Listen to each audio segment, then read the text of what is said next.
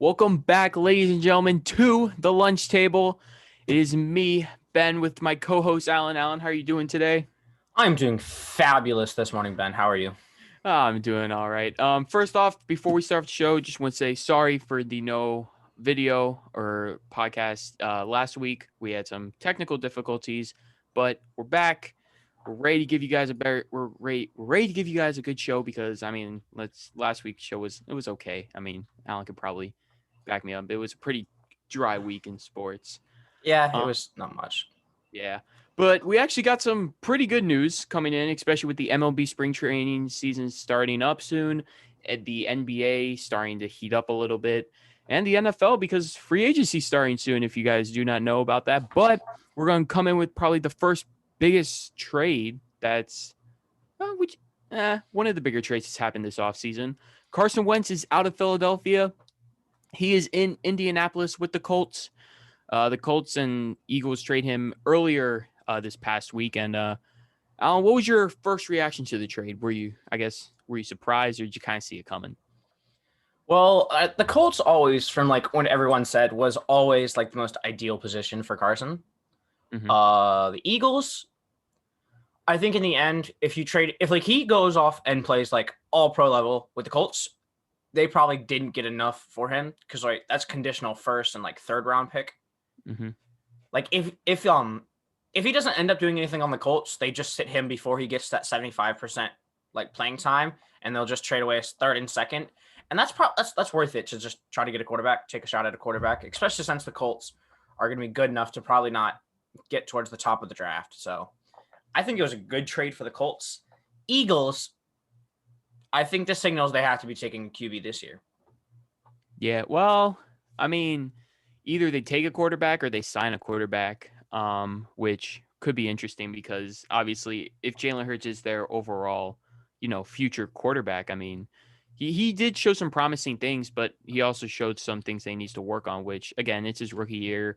He was kind of thrown in a tricky spot. But personally, for me, I kind of saw it as well. It was probably the most ideal position for him, especially with their head coach being the Eagles' former offensive coordinator coach. When they actually went to the Super Bowl and ended up winning the Super Bowl. Also, Carson Wentz was the MVP that year. But yeah, personally, if I'm the Colts, I'm happy that I didn't have to give up anything too drastic for him. And that, if, you know, if he turns out well, then great. We have a quarterback for the next 4 years, I'd say 4 or 5 years, whatever his contract extension was. But even if the tricky thing is like Carson Wentz, I've been hearing this and been reading about this, is like the biggest problem with Carson Wentz isn't his ability to play. He has the talent.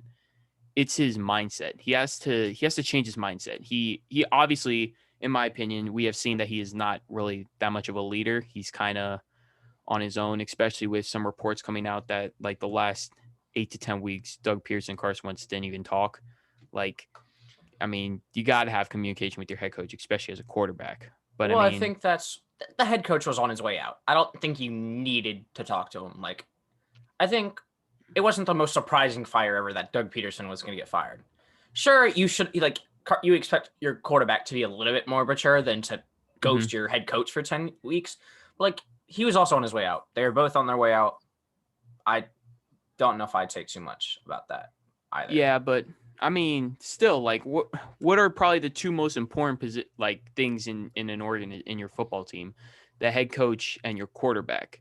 Like, those are the two most like vital positions that you may have. Now, they may not be the greatest or the best leaders and whatnot, but those are the two main things that people are looking at, especially at a football team. And I guess in the locker room, when you see your quarterback kind of ghosting your head coach and your head coach kind of ghosting your quarterback, that probably doesn't bring off the best of vibes. But props to, I get, well, not no really props, but good luck with the Colts that you have your quarterback. Hopefully you can get Carson Wentz mind right, and hopefully he will do things like, or become the MVP that he once was back in 2017.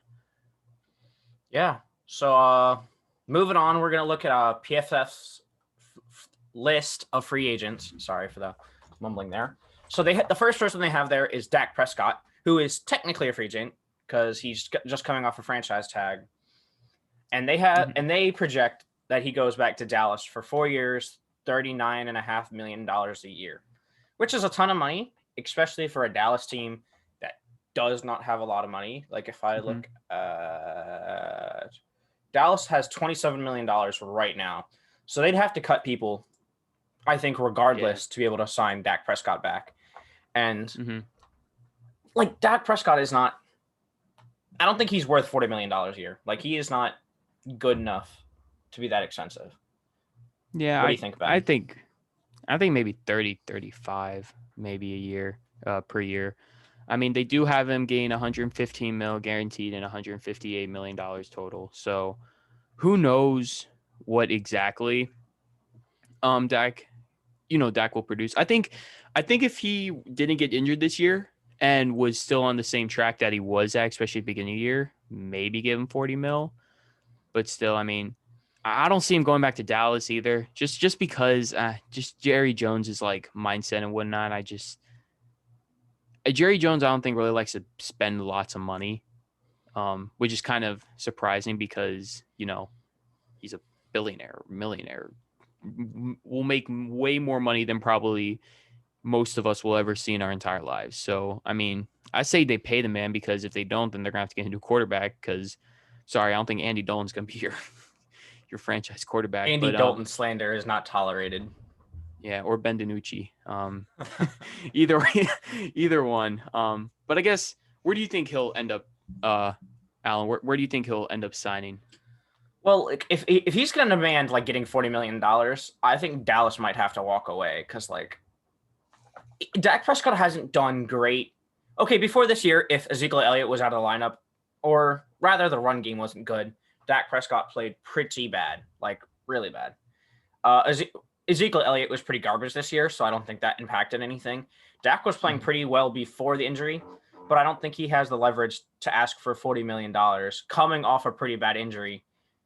And it's just like, we have to spend this much money for talent around you for you to be good. That I don't see that. But like, I also just don't think that Dallas is just going to let him walk. So you think he'll sign back with Dallas, or Dallas will? Yeah, I think they'll do something. I'm not sure what, but yeah, hear me out. So I'm thinking 3 teams. I'm thinking Dallas. Dallas will probably try their best to get him back. And I'm thinking maybe Chicago, because unless they want to keep Trubisky and Foles. And the third team that I could think of is the Jets if they don't want to take a rookie. I feel like if you're not going to take a new quarterback for the Jets, I feel like they might as well just roll with Sam Darnold. I think the Bears would like be ecstatic if Dak Prescott would come onto the market, because I think the Bears would throw out $40 million easy a year for Dak Prescott. The only tricky thing, though, for Dak would be, would he have the weapons around him? I mean, they'll have the running back Montgomery, but if Allen Robinson, who we're going to talk about later, if he's gone, then I think the tricky thing also with Dallas for Dak-wise is Dallas has wide receivers. Amari Cooper, CeeDee Lamb. Who else am I missing? Gallup. Gallup. I mean, there's plenty of, weapons, but I mean, I don't know if Chicago will have it. The only reason why I would say Washington, the only reason why is because I'm hoping we don't spend $40 million on him, because that would be a significant amount of cap space that we would have to give up. Well, I mean, like, I wouldn't be opposed to that, but neither would I. But it's just a lot of money. That's a lot of money. Especially for a team like us that only has McLaurin and Gibson. Like, we need more talent around Dak, I would think. Especially when we need to re-sign a lot of people on the team. Like, our defensive line needs to be re-signed coming up. And Sheriff still needs to be re-signed this offseason. So I don't think we necessarily have the money for a quarterback to just sign. Yeah. Well, kind of moving on, moving away from the quarterbacks, we're going to move into our 2 wide receivers that are number 2 and number 3. Number 2 is Chris Godwin, who had a major factor in the in the Tampa Bay's playoff run. they say that he's probably going to get a 5-year contract, $22 million per year, 65 guaranteed, 110 in total. And then they got Allen Robinson, which they don't really have a contract for him, but I guess they're assuming that Chicago will probably franchise tag him or something. But I guess, Alan, where do you think Chris Godwin will go and Allen Robinson? I think Godwin returns. I think Allen Robinson's going to want to go to a team that, has a good quarterback. So I think it really depends. He could go to the Jaguars if once they select Trevor Lawrence. He could go to I think Washington. I would love for him to come to Washington, to be honest. Yeah, me too. That would make any quarterback that comes, like, even if we had to bring in some rookie, it'd make their job easier. But I think Allen Robinson has, like, the biggest, like, amount of teams he could go to because it's, like, really up to him unless he gets franchise tagged, which would suck for him. Yeah. Well, I agree with you. I think Tom Brady is going to have a factor in Chris Godwin re-signing back to Tampa Bay. Allen Robinson, I really wish he goes to Washington because he will help our wide receiving core significantly because Terry McLaurin can't do it all. But yeah, hopefully we'll get Allen Robinson because we definitely need a wide receiver in that realm. You know who could I also see Chris Godwin possibly? See the Ravens. Ravens need wide receivers. And The Ravens don't throw to the receivers, though. True, but I think the only reason why they don't do that is because they don't have good wide receivers. No offense to, Hollywood Brown and whatnot, but, offense to him. He's not as good as Chris Godwin. Like, yeah, but, if I were the Ravens and, I see Chris Godwin or Allen Robinson pop up and I'm like, oh, crap, I could get – obviously my wide receivers right now aren't that good. We can re-sign them. I'm all in my opinion. I wouldn't throw massive money at Chris Godwin and Allen Robinson and the next person, Kenny Gallaudet, but, I try and get them, I try and make them live right, especially, playing for Baltimore and whatnot. But I guess, next Kenny Gallaudet was on the Detroit Lions, who a lot of people are thinking he will probably get franchise tagged. Alan, where do you think he'll end up going?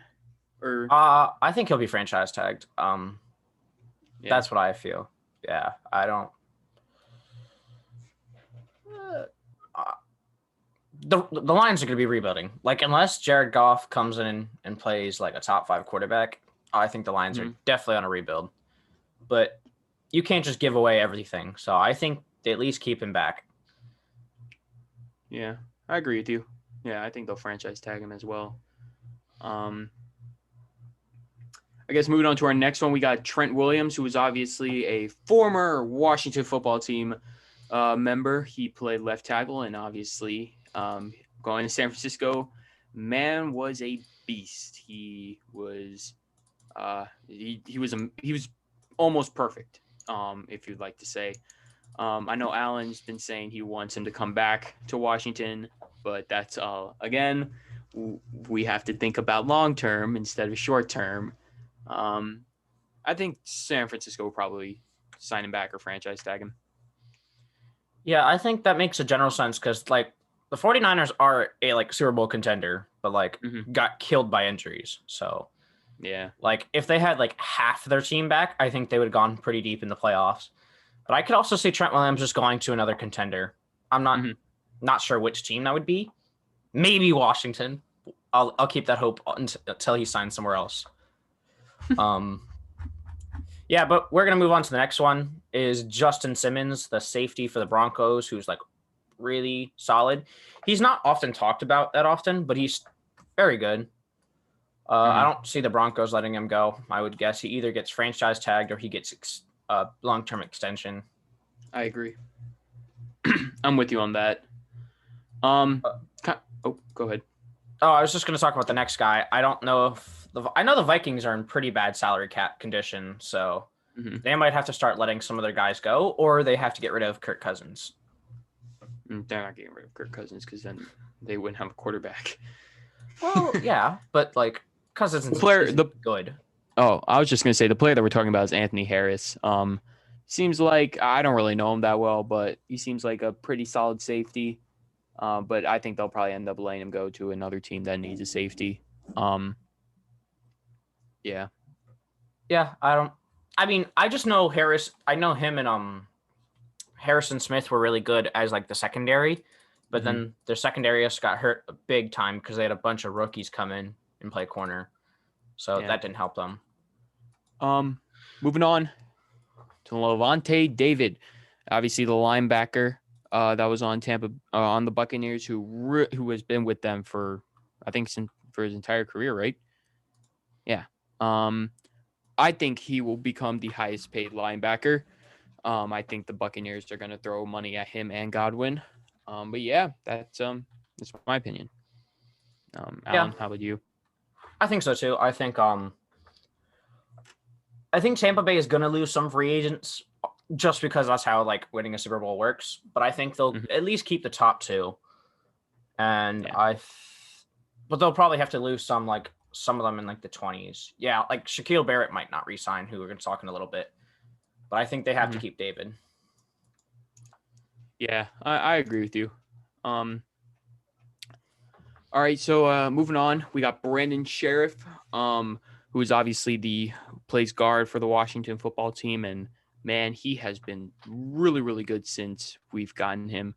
I hope, I pray that we re-sign him because if we don't, then our line's going to be significantly impacted.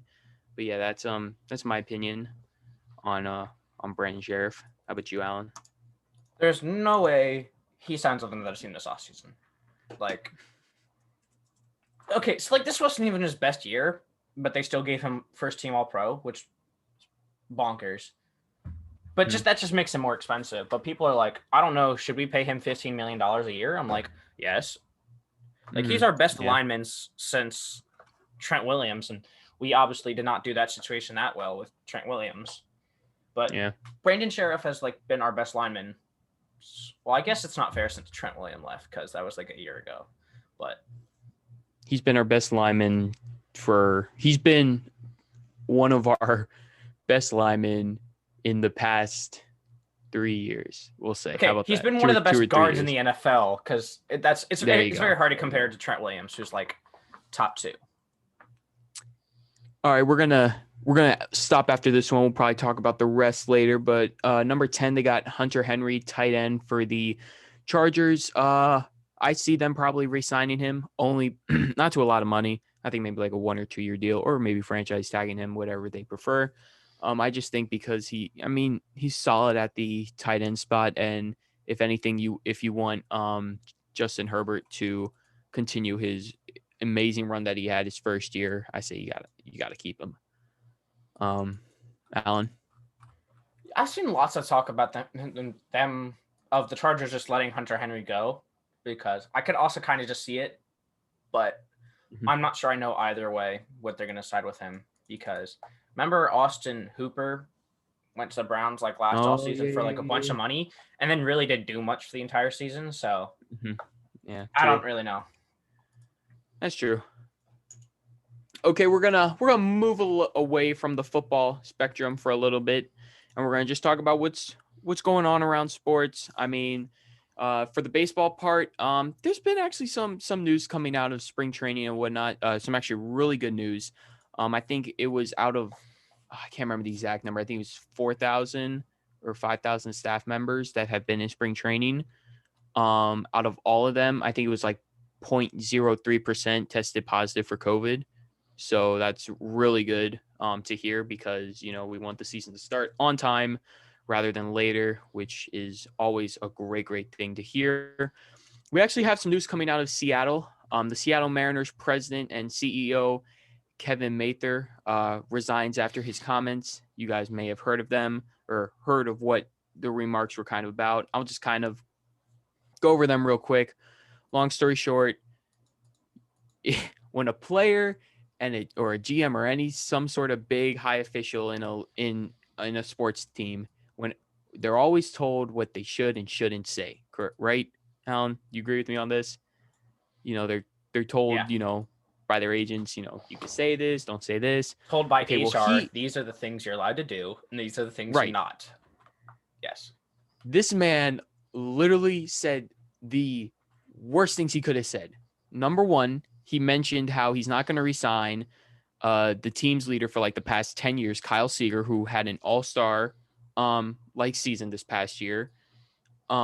Two, they said that they weren't he doesn't like calling up farm like young prospects that are producing very well because he is worried that they could produce very well and then he would have to sign them to a larger contract, and then that could, then he has to spend more money essentially.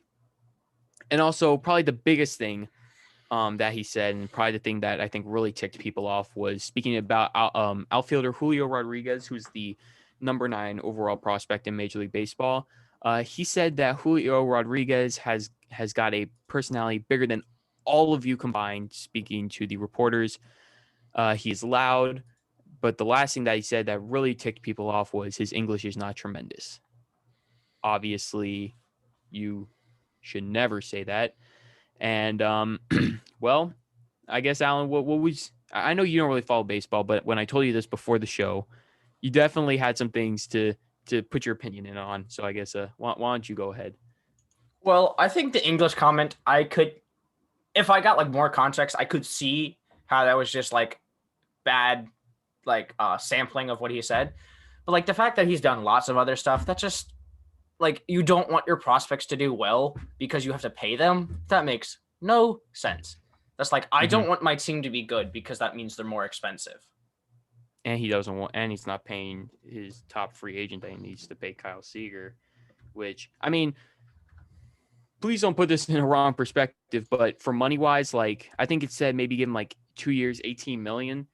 In baseball terms, like that's not a lot of money that people have given with, especially with another player who I'm going to talk about who just signed a major deal. I mean, especially with the Seattle, who I don't think has made the playoffs in the past like 17 years, almost 20 years. Like, come on, man, you guys got to start winning, in my opinion. Yeah. Yeah, and coming out actually with some good news. The San Diego Padres have signed Fernando Tatis Jr., who is going to be the future face of Major League Baseball. I don't care what anybody else says, he will, to I believe it's 12 or 14 year deal worth $340 million contract. 22 years old. He's already making $300 million. Props to him. But besides that, that's pretty much it for the Major League side, or for baseball side. Tune in for spring training games to some of them. I believe the Orioles and Nationals will probably be televised via MASN, and then any other sport games will either be on MLB Network or on ESPN. Guarantee you can find them there, and the scores and whatnot. But yeah, that's pretty much everything on the Major League Baseball side. And Alan, you want to listen to the NBA news or some of the bigger stories? Yeah, so let's go. The Lakers have been struggling recently since the Anthony Davis injury, who has yet to come back to the court.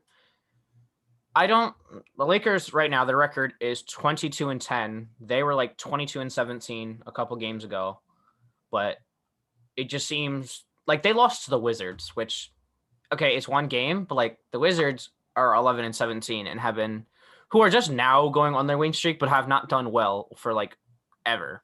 So it's just a bit concerning. Yeah, I mean, I think definitely now, I'm sorry, Alan, you might not like what I'm about to say, but the Nets are now finals winners. If they play. Whoa. Okay. Slow your roll. The only reason why I'm saying this is because we've obviously all the 3 big stars, Katie, James Harden, and Kyrie, all click very, very well. For now. No, they're gonna. Forget that part. For now. They have, especially. I'm actually very happy with James Harden. I wasn't too happy, especially earlier in the season, because of how, with all the Houston issues and whatnot. But I mean, props to him. He's playing very, very well in Boston. Dang it, Brooklyn. And yeah, I mean, KD's obviously out with, I think, is it illness? But I don't think it's COVID related. I think it's an illness or a small little injury. It was an injury. Oh, whatever it is. But yeah, hopefully, I mean, Alan, I don't see the Lakers. Okay, Anthony Davis back. So, I was watching a video yesterday that I want to send to you, but it was basically this person was talking about how the NBA is scoring points like at a ridiculous rate, like ever more than before. Right. Like I remember watching the Lakers last playoffs when they had Anthony Davis and LeBron. They weren't really winning because they were just scoring more. Because like obviously that's how you win. You score more, but like they would lock down the team's best player, which would be a problem with the Lakers with actually because I think Anthony Davis and LeBron could both guard Kevin Durant, and I think Kevin Durant could probably guard both AD and LeBron, but James Harden and Kyrie could not. James Harden and Kyrie are not good defenders, like in the simplest sense, like at all. Well, I mean, okay, first, we all know the Nets are not good. Their team is not very highly thought of for their defense. But you have to give them credit for stopping a Lakers team, with LeBron and AD, that they're a very strong team. But their whole team combined is very, very talented. Montrezl Harrell, Dennis Schroeder, Alex Caruso, the GOAT, LeBron, Anthony Davis. Who else am I missing?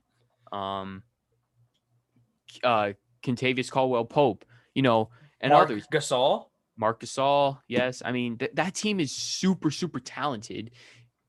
But, I mean, I guess kind of I'm going to ask you this question. Could it be a problem where either the Lakers have to not necessarily trade for another superstar, but trade for another star?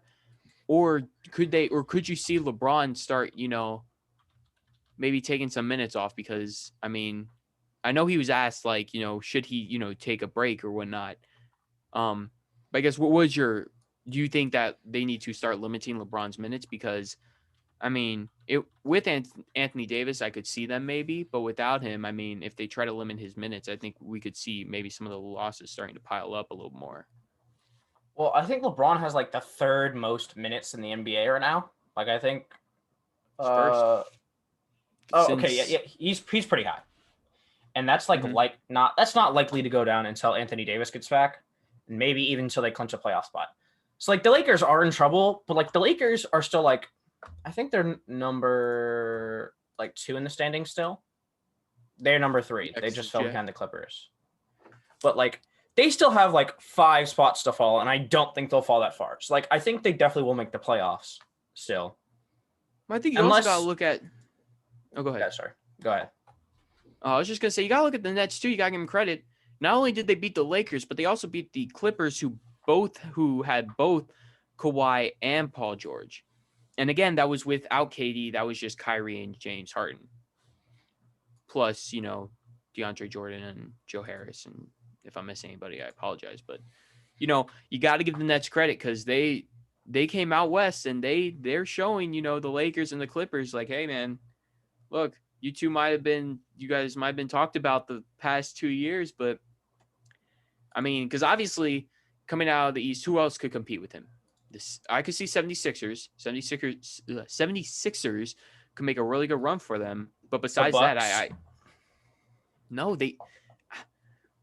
Giannis might be able to. This might be the year Giannis just takes over, right? Okay, he could take his next step like LeBron did and just run the East for the next years. That's hard with the Nets now. I mean, he could, but I think it's also good for the Bucks to not be in the limelight as much because I don't think what's their record? I think they're only like 5th or 6th or something like that. 18-13. Yeah, so they're not having like one of their stellar seasons, and I mean, they're the 3rd seed right now. So, well, yeah, they're the 3rd seed in the East. I mean, we all know that the Western Conference is a lot more competitive than the Eastern Conference. I mean, that's I think, and well. Also, a thing to put in, DeMarcus Cousins got waived from the Rockets, so a lot of people think the Lakers or Clippers are going to pick him up. I think he should go to the Clippers because I think that would just be the smarter choice.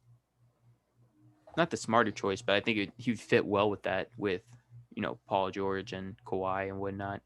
Because, the Lakers are just too stacked. They already have centers and whatnot, so I just don't think it would work out well. But that's me. I know there's also talk of Blake Griffin potentially getting bought out. So I've heard him connected to lots of places. That's another thing that I want to ask you. We might have talked about this the last show or whatnot. But Blake Griffin and Andre Drummond are the only two that are coming to mind. I think the trade deadline for the NBA is like March 5th or 6th or something like that. Do you think that do you think it's wise, or not wise, but do you agree with players being, with teams saying, "Hey, we're going to trade you. We're going to find the best trade set for you, but until that happens, you don't get to play." Like, do you agree with that? Because I know Draymond Green kind of came out and said, like, we should that the players should have the right to say, no, I want to play until I get traded. I guess, do you agree? I guess with the owner side of basically saying just sit out for a little bit until we trade you, or you kind of like with Draymond Green where it's like, let's go play. Because part of me is kind of like I kind of with Draymond Green, but I can see both sides in the aspect of if they get injured, then they're not going to get traded. But if they keep on producing well, then their trade value could skyrocket, and then the teams will be happy.